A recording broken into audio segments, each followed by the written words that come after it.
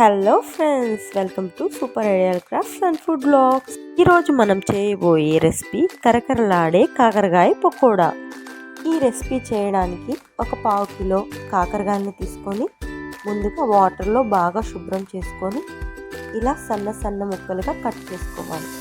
ఈ విధంగా మనం కట్ చేసుకుంటే ఆయిల్లో బాగా కుక్ అయిపోతాయి. కాకరకాయని కట్ చేసుకునే లోపల నేను మిమ్మల్ని ఒక పొడుపు ప్రశ్నను అడగబోతున్నాను. పొట్టలో వేళ్ళు, తల మీద రాయి ఏంటో చెప్పుకోండి. తెలిసిన వాళ్ళంతా కామెంట్ బాక్స్లో కామెంట్ చేయండి. ఈ రెసిపీ చాలా ఈజీ, ఖచ్చితంగా అందరం ట్రై చేసేద్దాం. మన వీడియోని అందరూ చూస్తున్నారు, కానీ లైక్ చేసి సబ్స్క్రైబ్ చేయండి ఫ్రెండ్స్. కొంచెం నా వాయిస్ని ఇగ్నోర్ చేయండి, లైట్గా కోల్డ్ చేసి. ఈ విధంగా కట్ చేసుకున్న కాకరకాయని ఒక బౌల్లోకి తీసుకొని తగినంత సాల్ట్ని చల్లుకొని 1 టీ స్పూన్ కారాన్ని వేసుకోండి. అదేవిధంగా 1/2 టీ స్పూన్ పసుపు పొడి, 1 టీ స్పూన్ శనగపిండి,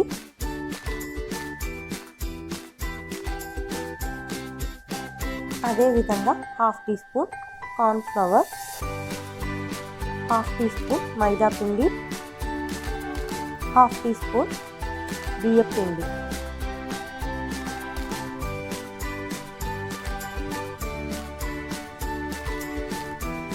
హాఫ్ టీ స్పూన్ ధనియా పొడి,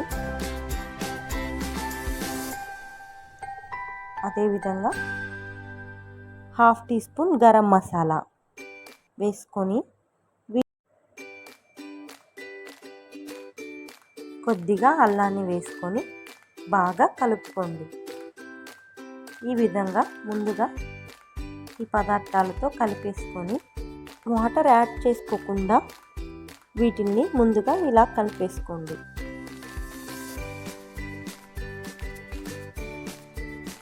అదేవిధంగా కలర్ కోసం కొంచెం ఫుడ్ కలర్, ఇగ్నోర్ చేసేవాళ్ళు ఇగ్నోర్ చేయొచ్చు.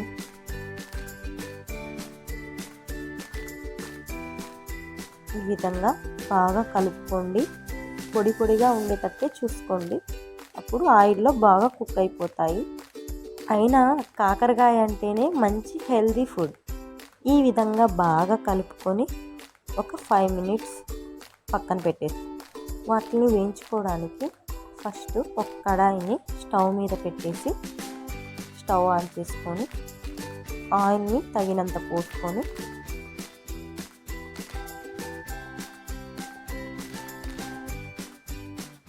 అది బాగా వేడయ్యాక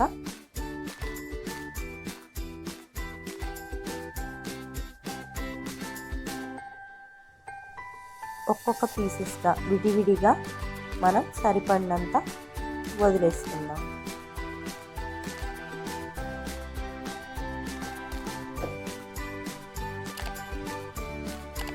ఇలా వేసుకున్నాక కనీసం ఒక 2 నిమిషాల పాటైనా అలా ఉండనిచ్చి ఆ తరువాత గరిటెతో అటు ఇటు తిప్పుకుంటే బాగుంటాయి. ఇలా విడివిడిగా ఒక్కొక్కటి ఎందుకు వేస్తున్నానంటే మళ్ళీ అంటుకుపోతాయి.